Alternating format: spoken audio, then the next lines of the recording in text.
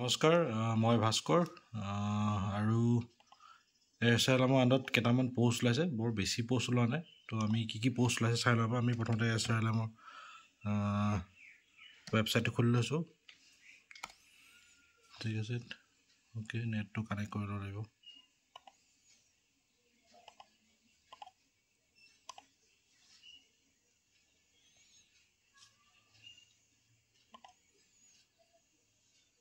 so ইয়াতে এছআইএমৰ পৰ্টেলত যাওঁ আমি পৰ্টেলত গৈ এটা ৰিক্ৰুটমেণ্ট বুলি এটা ছেকশ্যন এটা আছে ৰিক্ৰুটমেণ্ট এণ্ড কেৰিয়াৰ বুলি তো ইয়াত ক্লিক কৰিলে হ'ল তো এই তিনিটা নটিফিকেশ্যন ওলাইছে নটিফিকেশ্যন ৰিগাৰ্ডিং ৰিক্ৰুটমেণ্ট এছআইএম আণ্ডাৰ DNRLM আণ্ডাৰ DGCK আৰু CBBO SRLMS ঠিক আছে তো আমি DNRLM আণ্ডাৰ কি ওলাই চাওঁ 14 তাৰিখে নটিফিকেশ্যন ওলাইছে সো ইয়াত নটিফিকেশ্যন দেখিছে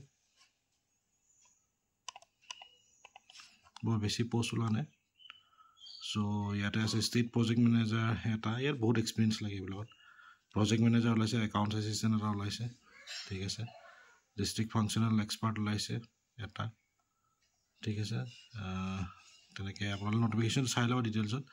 তো ব্লক প্ৰজেক্ট মেনেজাৰ ওলাইছে দুটা ডিষ্ট্ৰিক্ট একাউণ্টছ মেনেজাৰ ওলাইছে ব্লক কোঅৰ্ডিনেটৰ ওলাইছে অকল 11টা আছে ঠিক আছে অলৰেডি 11টা ওলাইছে block account 26 block MIS executive ওলাইছে তোমাৰ 101টা ঠিক আছে আৰু চেলাৰী কিমান দিব ইয়াত দিয়া আছে 21,500 এনেকৈ দিয়া আছে ঠিক আছে সো তোমালোকে ৱেবছাইটত গৈ ভিজিট কৰিব পাৰা আৰু পৰীক্ষাৰ কাৰণে এপ্লাই কৰিব পাৰা ঠিক আছে সো ইয়াতে তোমাৰ অনলাইন এপ্লিকেশ্যন ষ্টাৰ্ট 19 মে'ৰ পৰা হ'ব তো 19 মে'ৰ পৰা হ'ব ঠিক আছে 19 মে' তো ইয়াত দেখিছে 19 মে' ঠিক আছে 19 মে'ৰ পৰা হ'ব আৰু লাষ্ট ডেট হৈছে এইটো কেতিয়ালৈকে লাষ্ট ডেট আছে তো 16 জুনলৈকে আছে ঠিক আছে